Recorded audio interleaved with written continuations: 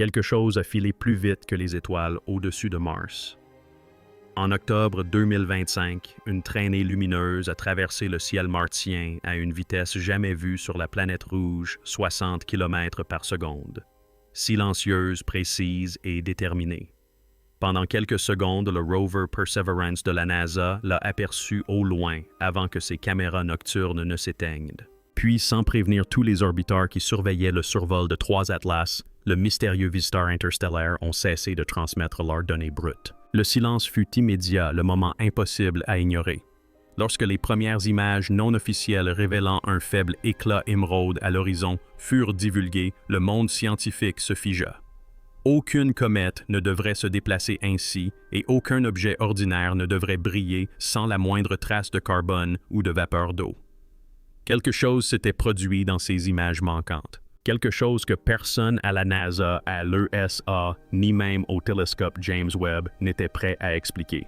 Et ce que les images suivantes allaient révéler allait bouleverser tout ce que nous pensions savoir sur les visiteurs interstellaires. Tout a commencé avec un astronome amateur, Stephen Burns, qui a publié une séquence accélérée de 9 minutes réalisée à partir des archives d'images publiques de Perseverance. On y voyait une fine traînée fendant le ciel martien à 60 km par seconde, une vitesse bien supérieure à celle de n'importe quel météore ou artefact connu. Cette trajectoire correspondait parfaitement à celle prévue par 3 astéroïdes Atlas lors de leur passage au plus près de la Terre. En quelques heures, la vidéo est devenue virale. Des analystes du monde entier se sont empressés de vérifier ou d'infirmer le phénomène superposant des images recoupant les horodatages et comparant les catalogues d'étoiles. Certains ont confirmé la présence de cette traînée lumineuse, d'autres l'ont considérée comme du bruit, mais une anomalie persistait, un faible éclair vert, capturé précisément à 0. Heure 3, UTC trop lumineux, trop net et trop synchronisé pour être un simple bug. Le débat a dégénéré en un véritable chaos. S'agissait-il d'une émission chimique d'un rayon cosmique ou d'un phénomène que la Perseverance n'avait capté qu'un bref instant? Quelque chose se déplaçant délibérément dans la nuit martienne. Alors que les spéculations allaient de bon train, une question résonnait dans les observatoires et les salles de contrôle. Si c'était bien, Atlas, pourquoi tous les canaux de transmission de données officielles s'éteignent-ils tous à ce moment précis? Normalement, les données des sondes Mars Orbiter sont archivées publiquement en quelques jours. Cette fois-ci, rien. Les sondes Mars Reconnaissance Orbiter Trace Gas, Orbiter et Mars Express, dont la présence lors du survol est confirmée, sont restées totalement silencieuses. Aucune image brute, aucun fichier d'étalonnage préliminaire, aucune donnée télémétrique, seulement de vagues déclarations concernant la vérification des données en cours. Au sein du GPL, les équipes d'imagerie travaillaient sous une surveillance extrême. Pour une cible se déplaçant à vitesse interstellaire, même une infime erreur de pixels pouvait générer de faux fragments ou des jets fantômes. Chaque image devait être vérifiée manuellement. Chaque impact de rayons cosmiques devait être signalé manuellement. Mais la véritable raison du retard était bien plus étrange. Des notes internes ont révélé par la suite que plusieurs instruments avaient enregistré des objets proches de l'Atlas des 3 yeux qui semblaient se déplacer en parfaite synchronisation. De petits compagnons peu lumineux le suivaient en formation serrée. Le mouvement n'était pas aléatoire. La géométrie était précise. Certains ingénieurs les appelaient champs de débris. D'autres murmuraient un autre mot sonde. Et tandis que le retard dans le traitement des données martiennes s'accumulait, le seul télescope encore en observation était le James Webb, attendant le moment où le visiteur interstellaire émergerait de l'ombre de Mars. Lorsque des relevés spectraux partiels sont finalement parvenus sur Terre, ils ont épaissi le mystère au lieu de le résoudre. Normalement, la lueur verte d'une comète est la signature du dicarbone des molécules de C2 excitées par la lumière solaire. Mais l'empreinte spectrale des sondes orbitant autour de Mars racontait une toute autre histoire. Il n'y avait pas de dicarbone. En revanche, les données ont révélé des niveaux anormalement élevés de dioxyde de carbone de nickel et de cyanogène, un mélange chimique qu'aucune comète de notre système solaire n'a jamais présenté. Plus troublant encore était le rapport nickel/fer inversé, le nickel étant largement majoritaire. Les chimistes planétaires tentèrent d'intégrer ces mesures aux modèles existants en vain. Certains évoquèrent des zones de formation exotiques dans l'espace interstellaire. D'autres proposèrent une contamination par des alliages inconnus, mais la lueur verte demeurait inexpliquée. Comment la lumière pouvait-elle se comporter comme si du carbone brûlait alors qu'il n'y en avait pas? C'était un paradoxe qui défiait toutes les règles connues de la physique chimique. À moins que cette lueur ne soit pas d'origine chimique, à moins qu'il ne s'agisse d'autre chose, un signal se faisant passer pour de la lumière. Puis sont arrivées les images qui ont complètement bouleversé le modèle. Mars Express et Trace Gas Orbiter ont toutes deux enregistré un phénomène qu'aucune comète ne devrait jamais produire, un jet de matière projeté vers le Soleil et non l'inverse. Un jet frontal. Les modèles de poussière se sont effondrés face à ces données. La structure du jet était trop étroite, son gradient de luminosité trop abrupt et sa géométrie trop parfaite. C'était comme si l'objet se propulsait de lui-même plutôt que de réagir à la chaleur solaire. Pire encore, malgré le dégazage visible, la trajectoire de 3 Atlas restait inchangée. Son orbite demeurait gravitationnellement parfaite sans aucune déviation mesurable par rapport à sa trajectoire prévue. Cela signifiait une chose, quoi qu'il éjecte, ce n'était pas la cause de son déséquilibre. L'objet était trop dense, trop massif, trop stable. Les calculs estimaient sa masse à plus de 10 milliards de tonnes, bien plus lourde que n'importe quelle comète connue et plus proche de celle d'un astéroïde métallique. À mesure que les données affluaient, la notion d'objet naturel commençait à s'effriter. Et si 3 Atlas ne perdait pas de poussière du tout, et s'il était en train de s'activer, alors que 3 Atlas disparaissait derrière Mars, un étrange phénomène perturba le réseau de communication avec l'espace lointain. Les ingénieurs chargés de surveiller les communications des orbiteurs martiens commencèrent à détecter des interférences, des impulsions rythmiques noyées dans le bruit du signal. Ils pensèrent d'abord à un écho provoqué par le vent solaire ou à un chevauchement de fréquence dû à la queue chargée de la comète, mais le rythme était trop régulier, trop délibéré. Toutes les 22 secondes, un faible pic se répétait sur plusieurs canaux identiques sur les récepteurs de la NASA et de l'ESA.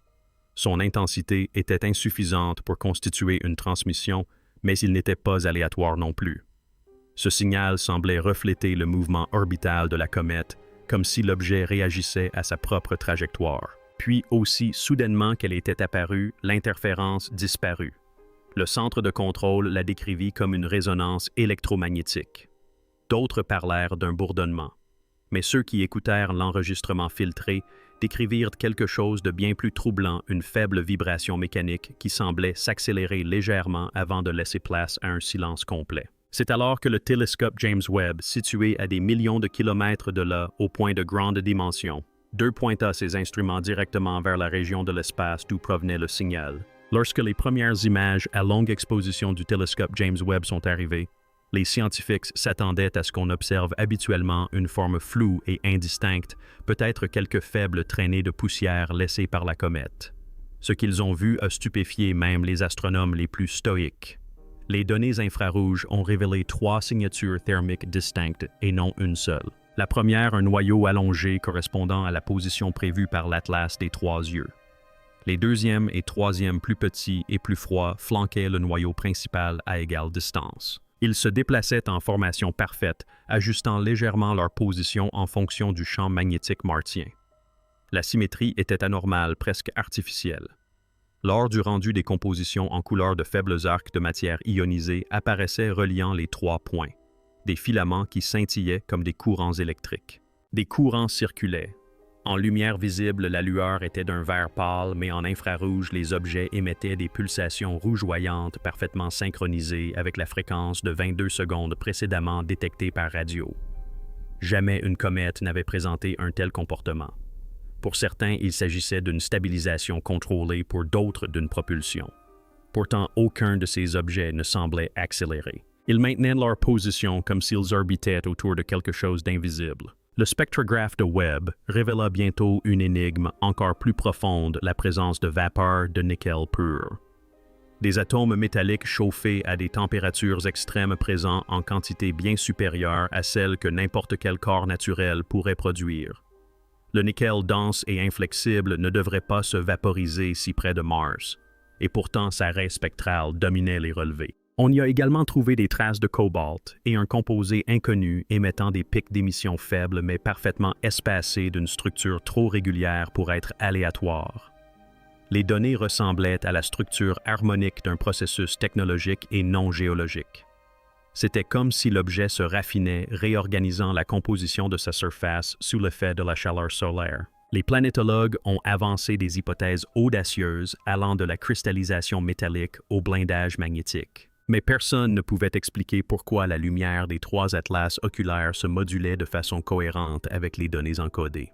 La luminosité de l'objet n'était plus constante, elle clignotait comme un phare. Lorsque les intervalles de ces éclairs ont été comparés au bourdonnement électromagnétique détecté précédemment lors du survol de Mars, les résultats concordaient parfaitement. Ces impulsions n'étaient pas seulement de l'énergie, elles contenaient de l'information. Alors que le télescope James Webb continuait de suivre l'objet, les plus petits fragments compagnons, les deux faibles signatures flanquant le noyau principal, commencèrent à dériver vers l'extérieur. Lentement, délibérément, ils s'alignèrent sur le plan de l'écliptique, formant une ligne droite entre Mars le Soleil et la trajectoire de l'objet. Cette formation persista pendant des heures avant de disparaître. Les astrophysiciens parlèrent de coïncidence d'un hasard gravitationnel, mais la précision de la géométrie était indéniable. Chaque alignement correspondait à la même fréquence d'impulsion, à la même modulation lumineuse répétitive. C'était comme si trois atlas s'étaient synchronisés avec l'architecture du système solaire. La lueur verte de la comète s'intensifia, se propageant en un faisceau étroit pointant droit vers le Soleil, tandis que les filaments reliant les fragments compagnons scintillaient une dernière fois avant de disparaître.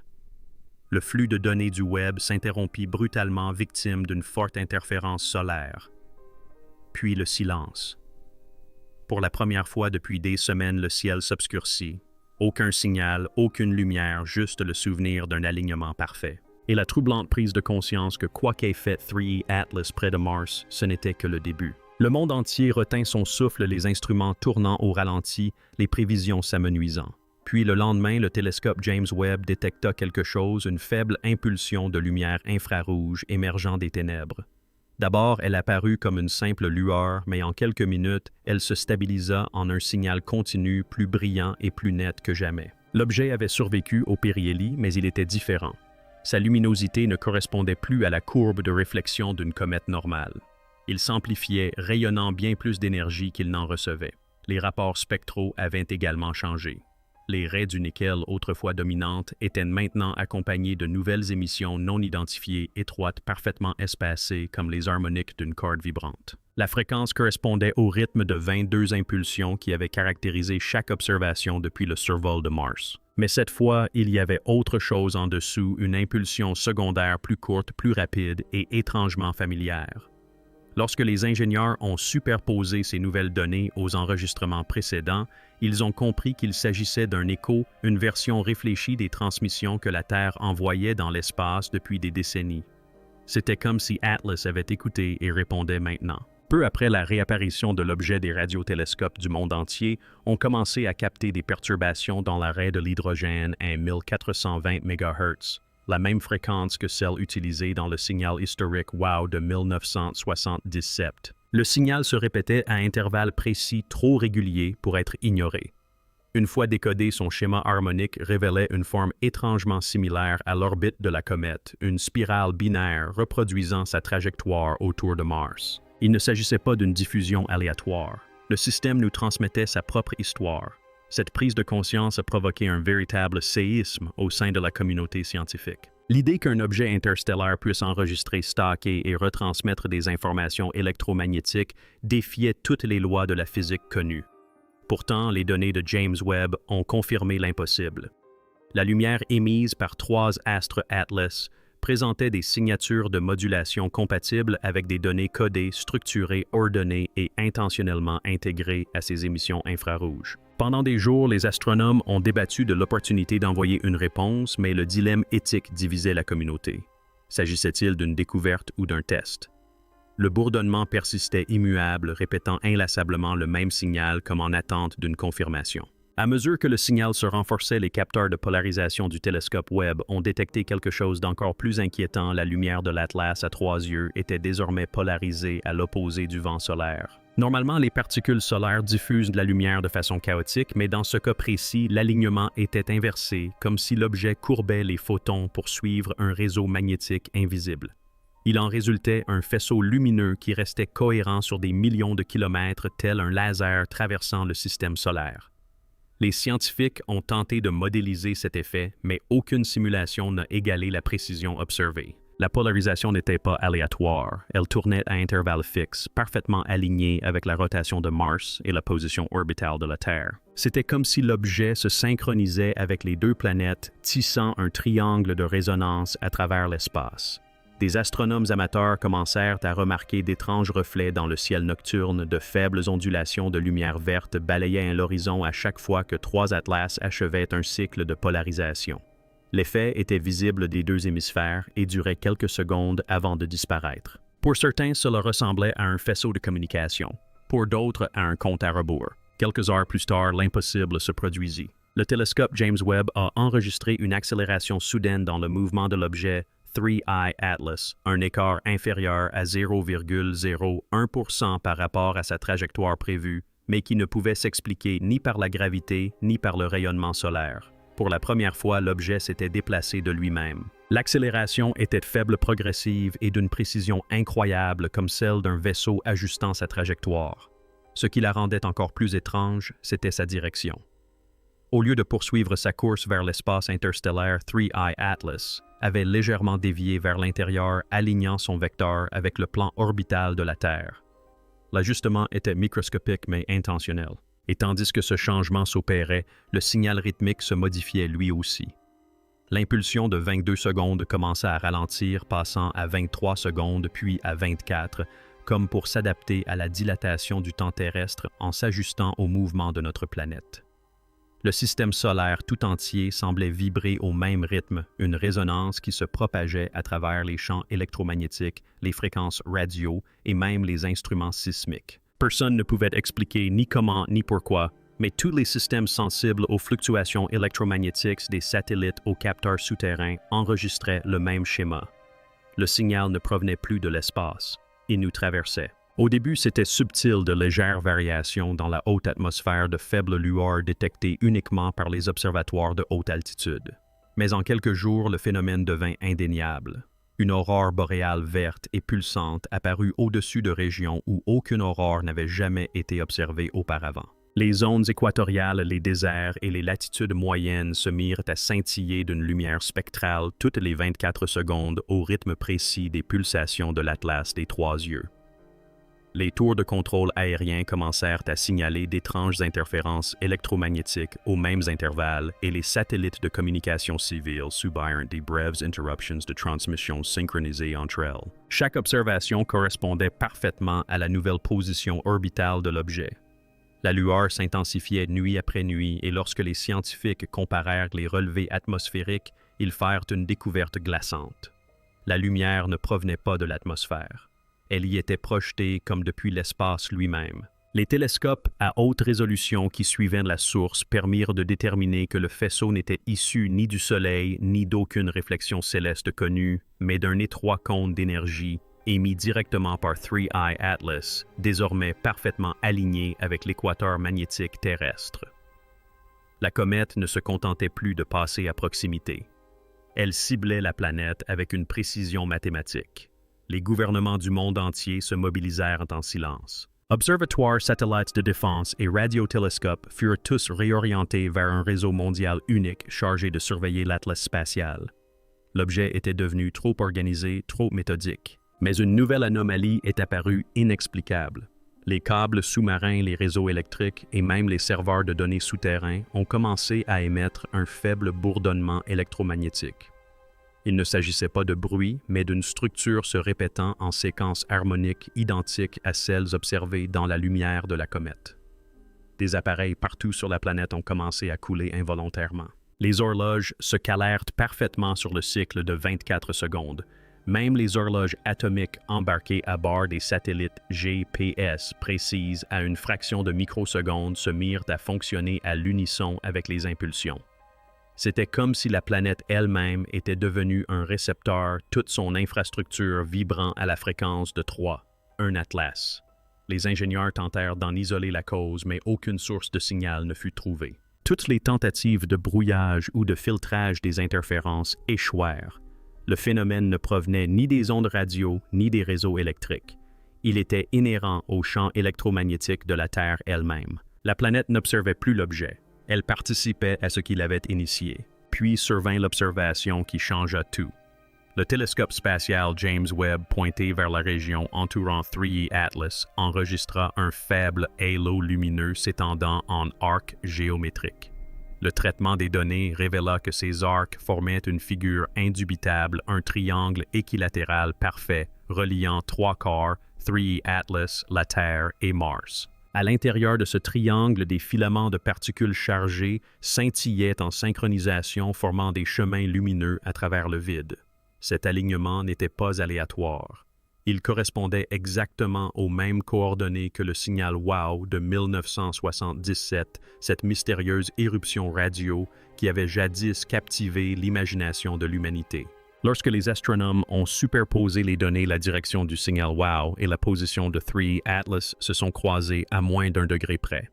C'était statistiquement impossible. Cette découverte a provoqué une onde de choc dans la communauté scientifique. La trajectoire de la comète n'était pas arbitraire. Elle avait suivi un couloir interstellaire précis pointant vers un signal que nous avions détecté il y a près d'un demi-siècle. Et maintenant que le triangle était complètement formé, les mesures d'énergie provenant des 3 points ont commencé à augmenter de façon exponentielle. Le réseau lumineux n'était plus statique. Il s'activait. L'impulsion régulière de 24 secondes se fragmenta en de multiples fréquences, se divisant en harmoniques qui montèrent progressivement jusqu'à fusionner en une seule tonalité soutenue. Partout dans le monde, les radiotélescopes enregistrèrent le même événement. Une résonance globale vibra à travers chaque capteur, chaque champ magnétique, chaque surface conductrice.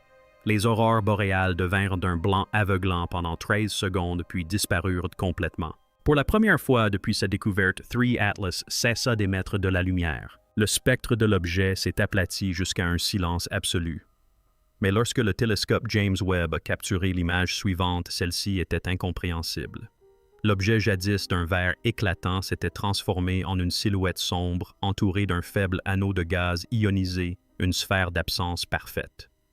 Aucune réflexion, aucune émission, juste un vide absorbant toutes les longueurs d'onde environnantes. Les télescopes terrestres ont confirmé ce phénomène. La comète 3E Atlas ne reflétait plus la lumière du Soleil. Invisible, elle était pourtant toujours là, déformant la lumière des étoiles comme une lentille gravitationnelle. C'était comme si elle avait abandonné son déguisement, révélant quelque chose de vaste et d'inexplicable. Puis, à minuit UTC précis, tous les instruments qui la suivaient du James Webb au plus petit télescope amateur de la Terre reçurent le même signal, une soudaine explosion d'énergie provenant non pas de l'espace, mais des profondeurs de la croûte terrestre. Pendant des mois, les scientifiques avaient décrit 3E Atlas comme un visiteur, un vagabond silencieux venu d'une autre étoile. Mais lorsque sa lueur s'est éteinte et que les instruments du monde entier ont tremblé sous l'effet de sa dernière impulsion, cette illusion a disparu. Quel que soit cet objet, il n'était pas venu nous rendre visite. Il était venu nous éveiller. La surtension détectée sous la croûte terrestre n'était pas un hasard. Les relevés sismiques à travers la planète se mirent à osciller en parfait rythme avec les mêmes harmoniques que celles émises autrefois par la comète. Des balayages radars profonds détectèrent des réflexions provenant de densités inconnues.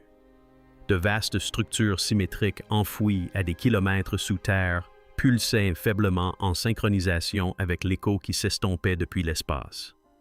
Pour la première fois, le signal ne se contentait pas de traverser la planète. Il provenait de l'intérieur. Le télescope James Webb pointé sur la silhouette sombre où se trouvait autrefois 3E Atlas enregistra une dernière image avant que ses capteurs ne soient saturés. L'objet n'était plus un simple point dans le ciel. C'était un halo, une sphère de lumière en expansion qui se recourbait sur elle-même, se repliant comme un reflet s'effondrant dans un miroir. À l'intérieur de ce vide, des spectrographes ont détecté quelque chose d'inexplicable. Les schémas des émissions radio humaines s'étiraient et se répétaient comme si la comète rejouait chaque transmission que la Terre avait jamais envoyée dans le cosmos. Chaque mot, chaque signal, chaque message que nous avions jamais diffusé dans l'obscurité revenait déformé, amplifié et tissé dans le pouls. Puis vint le silence, non pas l'absence. Un silence structuré. Le bruit de fond de l'univers s'estompa. Le rayonnement cosmique diminua. Même le bourdonnement aléatoire de l'espace interstellaire s'est aplati dans un silence absolu, comme si la réalité elle-même retenait son souffle. Et juste avant que le réseau d'imagerie du télescope James Webb ne devienne aveugle sous l'effet de la surexposition, le halo se déplaça une dernière fois, formant une silhouette unique et indubitable, une spirale. La même géométrie tripyrale qui était apparue sur les orbites de Mars, de la Terre et du Soleil. Le même motif gravé dans les pierres ancestrales de notre planète bien avant que nous ne prenions conscience de lever les yeux au ciel. Ce qui suivit ne fut pas une explosion. Ce fut une réflexion. Une cascade de lumière qui se propagea à travers le système solaire invisible à l'œil nu, mais gravée à jamais dans les instruments qui la captèrent. Et lorsqu'elle s'estompa, le vide laissé par Three Eye Atlas était immense. Il ne restait rien, ni poussière, ni trace, pas même de résidus gravitationnels. Seule l'impulsion subsista faible mais éternelle, inscrite dans le bourdonnement électromagnétique de notre planète. Le monde entier écoute. Le bourdonnement persiste. Grave sourd, il se répète toutes les 24 secondes, enfoui sous le bruit de nos machines et des océans. La plupart ne l'entendent pas, mais ceux qui le peuvent le décrivent de la même façon, ni mécanique, ni aléatoire, mais vivant. Peut-être qu'Atlas n'était pas une comète. Peut-être était-ce un message, une carte ou même un souvenir. Peut-être ne nous était-il pas destiné. Peut-être était-il là pour nous le rappeler. Car la vérité est d'une simplicité terrifiante. Le signal n'a jamais disparu. Il est toujours là. Il a toujours été là. Alors qu'en pensez-vous, Atlas aux 3 yeux était-il un vagabond né, ou l'univers répond-il enfin à une question que nous n'aurions jamais dû nous poser?